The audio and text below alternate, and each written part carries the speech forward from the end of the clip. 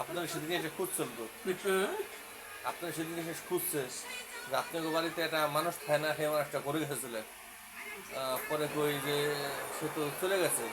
কে? সে আমার অনেক আদর করে, আমার অনেক খাবারটা কিনে দেয়।